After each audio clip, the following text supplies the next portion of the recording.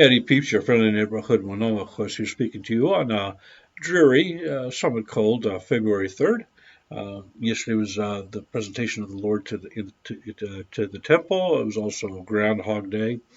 Also, Candlemas in the Western tradition. That's when candles are brought to the church to be blessed. Anyway, Puxatawny Phil, I guess he saw his shadow. I don't know.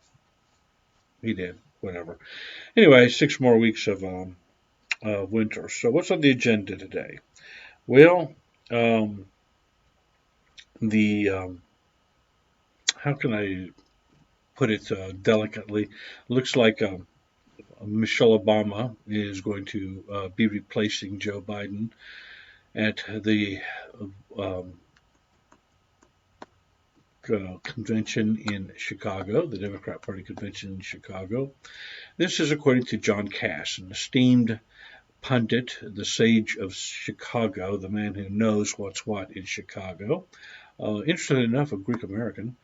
He just says it's inevitable. The Democrats have no other choice. They should have 25th Biden months ago, if not years ago, but they couldn't because they had Kekos Kamala as vice president, and she'd be a disaster as president. But you couldn't replace her you couldn't kick her off the ticket because she's the first woman of color in history to ever be vice president. And I say of color because even though she identifies as African American, in reality she's half Indian. Her mother's Indian. As interestingly enough, a lot of Indians in our political hierarchy, somewhere along the line, Kash Patel, Vivek Ramaswamy, Harmeet Dillon, unfortunately Nikki Haley, but she's sinking like a stone. Anyway, so um, now we go to the obviously the elephant in the room right now is the American military strikes on Syria and Iraq. Notice where they did not strike. They did not strike in Iran. They didn't even strike in Yemen. And Yemen is the source of these problems, isn't it? With the Houthis who live there. So what does that tell you? That tells me, anyway, that Biden is not is is between a rock and a hard place. So he found the place right in between them, which is neither the rock nor the hard place. Pretty good idea. I mean, that he could. Um, in other words, what he did is he just bombed some sand, empty sand, with minimal casualties. And why did he do this? Because if he does nothing, which is the hard place, he looks weak and indecisive. If he bombs Iran or its proxies, which would be the rock, that would be horrible because this could disrupt oil supplies throughout the world, and gas in America alone would go up to $7 a gallon. Okay, so he decided to do that which was the least um, um, comprehensive and the least bellicose. That said, we probably still will go to war. As Obama said about Joe Biden a long time ago, if there's a way for old Joe to screw it up, he'll do it. Um, let's see. Okay, so it's it's a bad thing. So, however, now let's go to the domestic side of things, and by I'm thinking that Biden did this overseas to avoid having to make a decision here on the border. Right now, the Texans have won. They have forced him to back down. He has not sent in the Army or federalized the National Guard, the Texas National Guard, to turn their weapons against their fellow Texans. Okay, he could have done that, but it would have failed and it would have been a disaster. So it looks like Texas won this. Um, the other good news is Mayorkas will probably be impeached. Yes, I know he will not be removed from office. I get that. He still needs to be impeached, as does Merrick Garland, as does Joe Biden, for that matter. Probably Christopher Wray over at the FBI as well as the hierarchy of the Central Intelligence Agency. We have never been led by a more corrupt, more anti-American, more seditious administration than what is in place right now. So Mayorkas is a good start. At least give him that black eye. Uh, so uh, where are we now? Well, now we are at what's going on in Kiev. As you know, the supposedly by yesterday, General Valery Zaluzhny was supposed to be removed from office. So far, he has not taken the hint. He has not accepted voluntary resignation or forced resignation. And he's not even, and when he was even told he was fired, he basically said, F you, I'm not going anywhere. So there was talk, so the Zelensky forces regrouped. There was talk about, waiting until Friday to do it, finally dropped the hammer on him. Didn't happen. So the sources said, well, wait until Saturday. It was going to happen on Saturday. So far, it has not. Um, this is somewhat positive because Zelensky at least understands how to do combined arms warfare. Budanov, his putative replacement, the one that Victoria Nuland wants, is head of the intelligence services. He is not a military strategist to the extent that Zelensky is. He is more interested in guerrilla tactics, and he's kind of effective at these. It was Daria Dugina was killed deep in Russia. Okay, that was his handiwork. Uh, so he's able to do these tactical attacks. In other words, partisan or guerrilla warfare for the 21st century.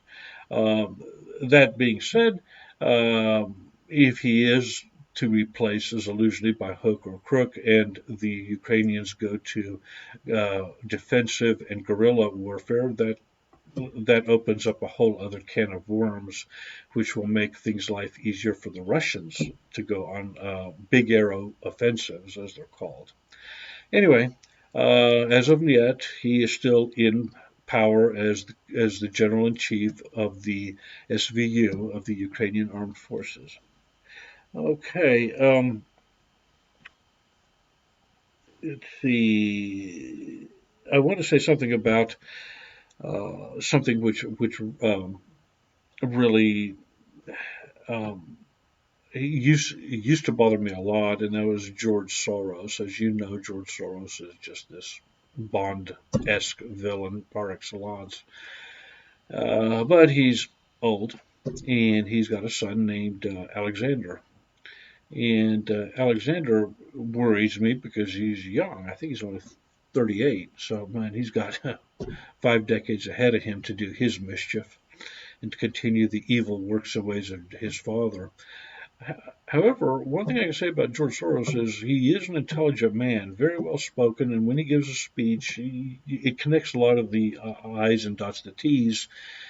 He says the right words. Unfortunately, his actions are pretty bad.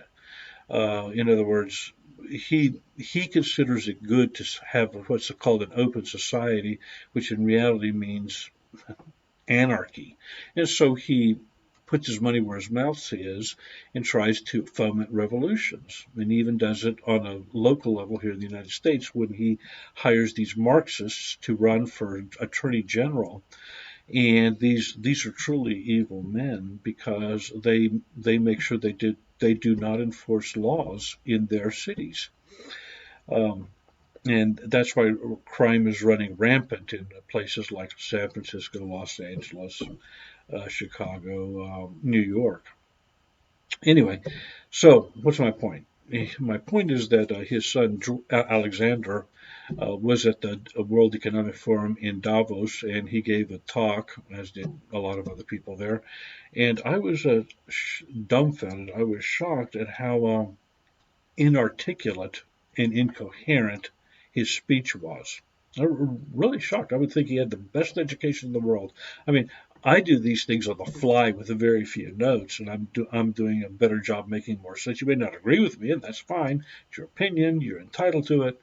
But I can at least make an argument, as do many of you in the comments.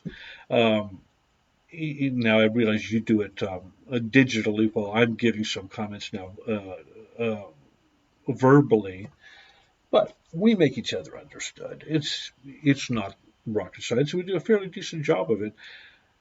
Alexander Soros, I swear to God, I can't remember one coherent thing he said.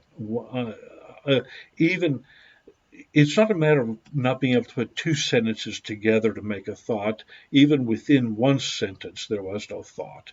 Anyway, so that gives me a little bit of hope that he's not as smart as his dad, and maybe he'll squander his money on something actually useful by accident. Who knows? Anyway, um, we shouldn't even let men like these have this kind of authority in our society. It's these are malefactors of great wealth, as was said over 100 years ago about the robber barons. But you know, in reality, those guys they actually did things with their money.